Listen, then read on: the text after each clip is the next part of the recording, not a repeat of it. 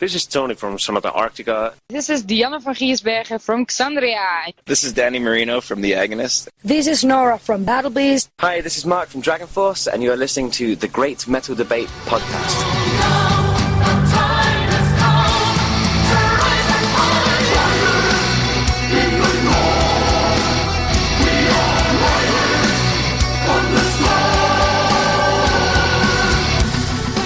Hey, Great Metal Debate listeners, I'm here with Alex and Toso from Symphonic Metal Behemoths, Leaves Eyes. We're so pleased to have you guys with us on the podcast. Thank you.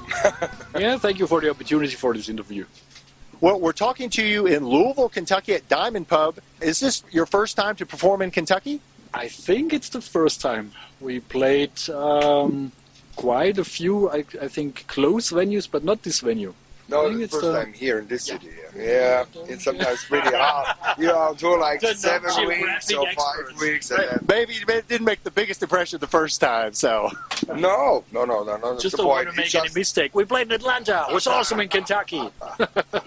Well, I'm seeing you guys play for the first time. Tonight is support for the mighty Sabaton.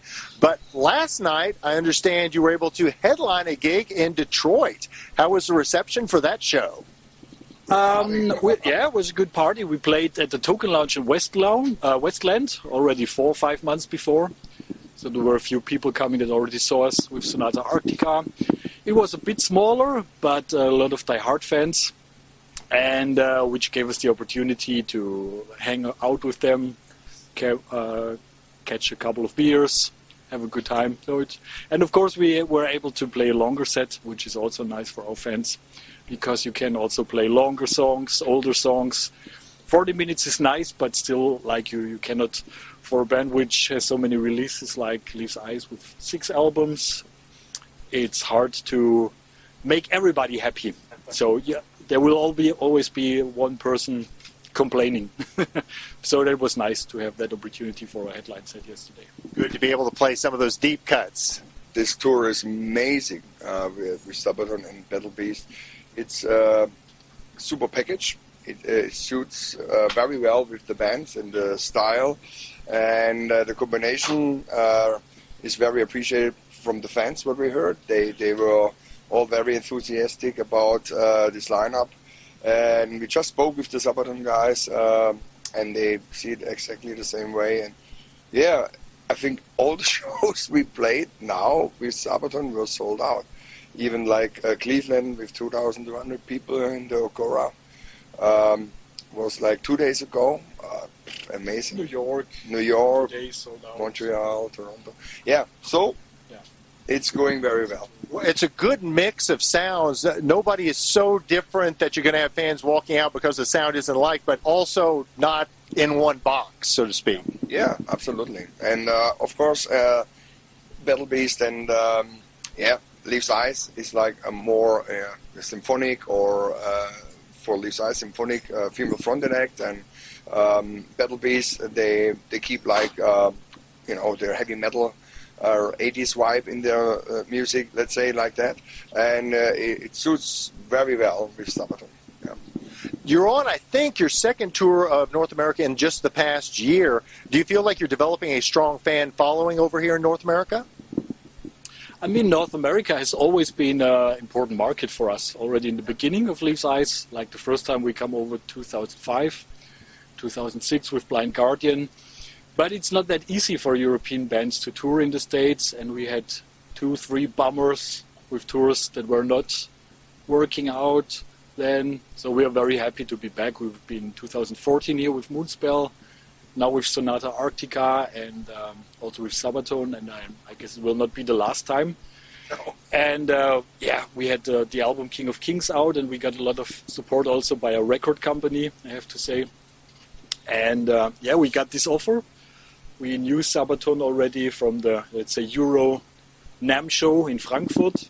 They're really nice guys. I think they like us. We like them. Music Mess in Frankfurt. Yeah. And we played a Sabaton open air. Yeah. And we met on the road, and in places where we were just being together, festivals and stuff like that. So we talked like a while ago already that it would be very nice to play together on one tour package. Mm-hmm. Now, this is your first time on our podcast, so I do want to ask you all a little individual question. When did you each start in music, and at what point did each of you begin to focus on this as your career? I always wanted to have a guitar. I was like with 3 or 4. I was annoying my mom to hell, because usually German kid has to start with a flute and any stupid stuff, but I was always into rock and roll, like Elvis and Keith Richards and Fats Domino. That's what I grew up with, and then I wanted to play guitar. And I guess it started to be more serious when I joined Atrocity in 1994 with a long European run with Obituary back then. And since then, it has become quite serious and a major and important part of my life. Yeah. How about you, Alex? Well, I was a kid, 6 years old or something. I discovered a band called Deep Purple. And since then, it was growing myself to become myself, like a rock musician. And with 14, I think I had my first band. With 15, I started Atrocity under the name Instigate, but we changed the name very quickly. And this band is still going on, Atrocity. A long time back, 1985, started the band. And Leaves Eyes was also something we wanted to do together, because the passion for the kind of music with the symphonic elements and the northern mythology in the whole, let's say, field of variety within that kind of band we do with Leaves Eyes was just another challenge for us, a new challenge to make a band following this direction. So, yeah, I think besides that, I'm also completely dedicated to the world of metal. I'm a heavy metal producer. We have a studio called Master Sound Studio. I produce other bands as well. I was working for record labels such as Massacre Records, Roadrunner Records, and Napalm Records. In different stuff like marketing, promoter, A&R, talent scout, all kinds of things. So I was also based in the music business as a booking agent, and started also as a writer for a newspaper and stuff like that, connected to music. Yeah, so done it all. Enmeshed in the music. Well, let's talk a moment about the band's latest release, the EP Fires in the North. You have the title track Fires in the North as both a full majestic metal anthem, but also presented on there as an acoustic version. Did the song initially develop as a metal song, or did it start out in a more stripped down version? Actually, the whole idea about Fires in the North was to have something brand new with our new singer Elena, who's in the band now for 1 year. And we wrote it from the scratch as a metal song. And then the acoustic version, as we always like, with Leaves Eyes to involve also natural instruments, not like the classical rock with electric guitars and stuff. Yeah, exactly, Celtic folk instruments. So we thought it would be a cool idea to make a transition from a metal song to an acoustic version for that song. And it works very well, I think. I'm struck by how well both versions work, and that indeed the acoustic version still has a lot of aggression to it in my mind. It maybe come from the initial idea. I mean, it's in the vein of King of Kings, but at the same time the idea is maybe was to have a stadium rock song, like an anthem which you can sing along. And it's also the way it's played on the acoustic has still a kind of like a rock element. It's not like a John Denver song. No. You also have 3 re-recorded tracks on the EP from 2015's King of Kings album, now with Elena on vocals. Did you do any other tinkering, or was the vocal tracking the only significant change? That was actually also the idea behind, because Elena was presenting the songs live on stage, and people were requesting or even demanding, come on guys, we want to have that versions also, at least some of them, to get it, in a very professional way, of course, not like on a lousy YouTube video, from some smartphone recorder. So yeah, that was the idea, to have a version with Elena of some of the songs. And the EP is doing very well. I think the record company had to do already 3 reprintings of the EP, so it's really, really well. It was sold out right away. Yeah. Wow. Yeah, it says actually all about how well she was received by the fans. And I'm guessing we'll get a number of tracks from the EP Fires in the North tonight when you perform live. Right. Yes. Yeah. Do you all ever, talking about going back and doing some re-recording, do you ever go back and listen to your own songs and older albums? I know some artists have a little discomfort listening to their back catalog. Do you all? We have 2 guys that are totally different from each other. Totally different. While I love that very much because when I do, because I'm also responsible for the production process and everything, and for me it's like a relief, bring all the pieces together, orchestra, choirs, natural instruments, and the band, and bring it together is like a huge puzzle. And then, like maybe some guys would love to watch their puzzle when it's finished. That's the same to me. I love to hear the result and go in all the details. I even have friends, they have a super expensive stereo system, right? Like very good to listen to music, all kinds of. And even that, I go like, okay, I have a studio, I have everything proper, but then I would love to hear it on their system too. I check it out everywhere in the car, on my private stuff, what I have. While Torso, I think I'm completely totally the opposite. On the flight to New York, we flew over for this tour to New York. It was the first time that I listened to the King of Kings album. I mean, that was released 2015.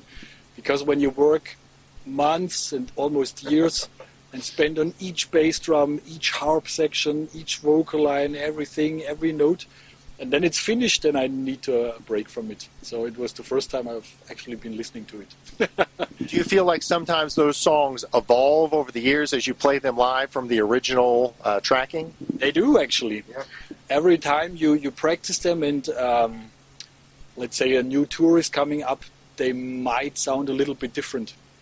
Or you discover stuff, that's the way we did it 2 years ago. Or I also like to add, live I only play guitar.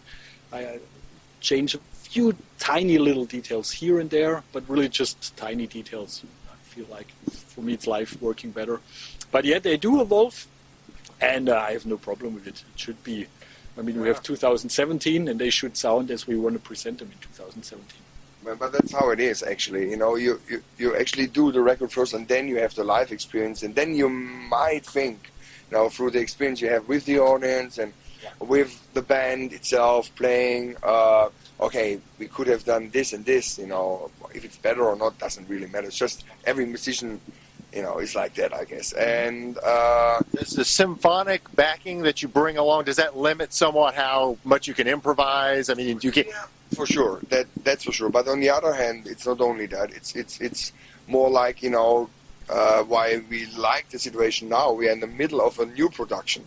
We go on tour, we grab the energy from these shows, from the audiences, and from our experience, we go back in the studio. And now, having this in mind, like coming home from such a fantastic tour, going right into the studio is the best motivation you can get, is the best push.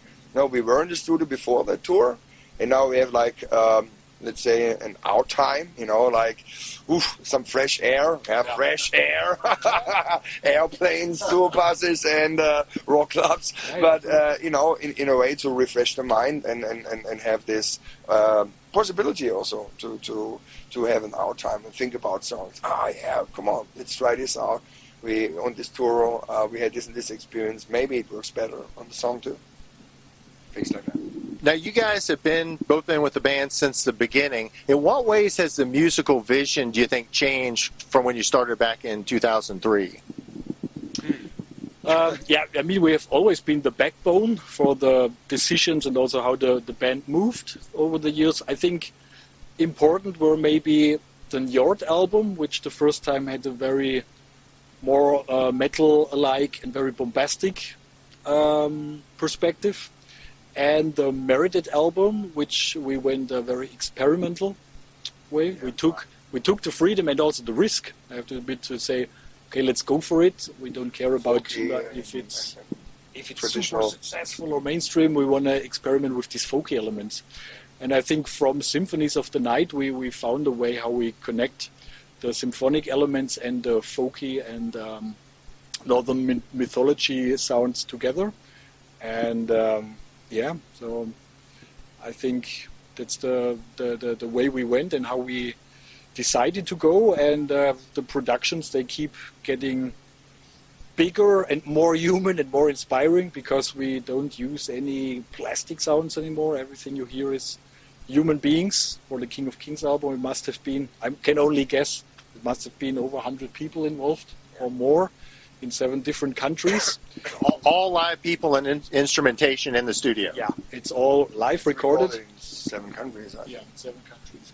So a lot of people have also given their input on the album. I think you can hear that it has this very earthy sound, and I think that's something organic and where we actually want to stick to, where we want to go.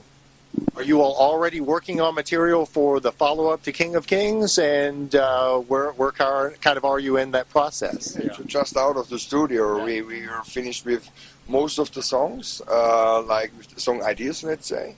And now, as we go back, that's what I said. Now we can actually finalize all the stuff what we have now grabbed from experience through all the productions we did before, of course, but also from touring. That's really cool. I think we have 10 or 11 songs, and also Elina contributed vocals. It was very nice, running really smoothly, and now the big recording massacre is starting with orchestra and this and that and that. Sounds like a love-hate relationship with that process. It is more love. It is more love. But when you're stuck in between, sometimes you think, okay, maybe one day it would be nice to have a solid rock band with just one bass drum and snare and one guitar.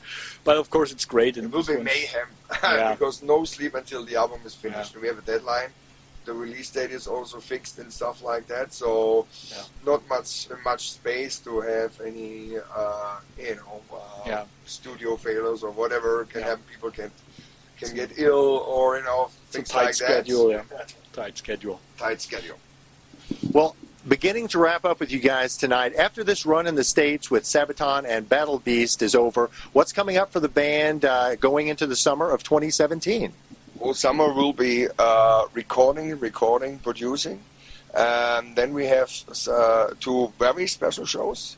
One show is with Sabaton on open air, the residential castle of our hometown in Ludwigsburg. It's absolutely great. It's a highlight.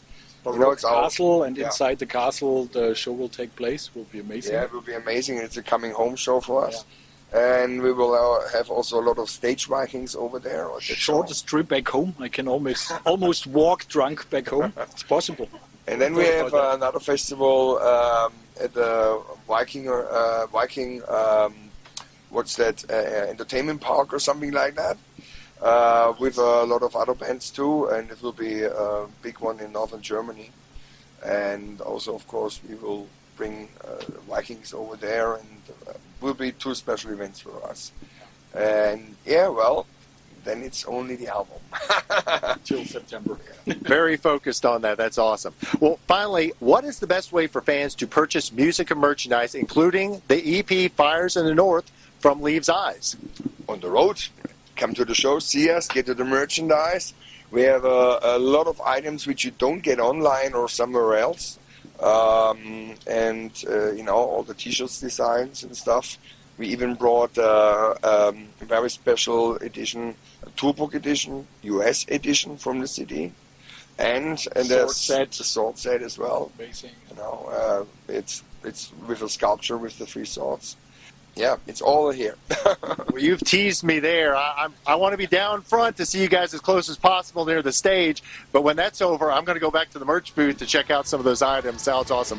Guys, thanks so much. My first time to see you all perform live. I'm so excited about it. Can't wait for the show. Thank you very much. Thanks a lot for the interview.